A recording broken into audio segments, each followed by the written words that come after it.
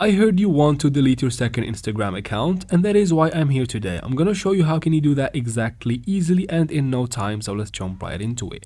First, you open Instagram, and then go to your profile by tapping the profile picture in the bottom right corner of the screen. Once in your profile, tap on this little arrow next to your name, then switch to your second account by tapping on it.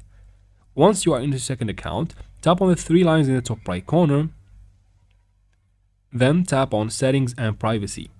Now tap on Account Center at the very top, wait a little bit, and then tap on Accounts. From here, tap on Account Ownership and Control, tap on Deactivation or Deletion, tap on your account that you want to delete, and then make sure this one is selected, Account, Delete Account, and then tap on Continue. From here, choose a reason, tap on Continue, type in your password correctly, and tap on Continue, and voila, your second Instagram account is deleted. I hope this video is helpful. Please like and comment down below. Don't forget to subscribe for future videos like this one, and thanks for watching.